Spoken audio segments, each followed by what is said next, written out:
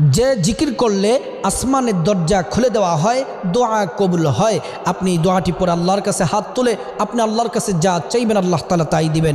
আপনি যদি সেজদার মধ্যে মাথা নত করে চোখের পানি ফালাইয়া আল্লাহর কাছে আপনি যা চাইবেন আল্লাহ তাআলা তাই দিবেন। রিজিক চান আল্লাহ রিজিক দিবেন। চাকরির দরকার চাকরি দিবেন। ব্যবসার মধ্যে বরকত দরকার ব্যবসা দিবেন। সন্তান দরকার সন্তান দিবেন। ক্ষমতা টাকা পয়সা তাও আল্লাহ তাআলা দিবেন। গুনাহ মাফ চান তাও আল্লাহ তাআলা আপনার গুনাহ মাফ করে দিবেন।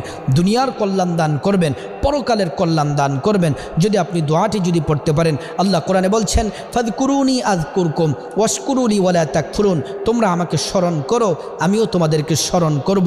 প্রিয় দিনী ভাই ও বোন, এই দোয়াটি যদি পড়েন আসমানের দরজা খুলে দিবেন, দোয়া আল্লাহ তাআলা কবুল করবেন।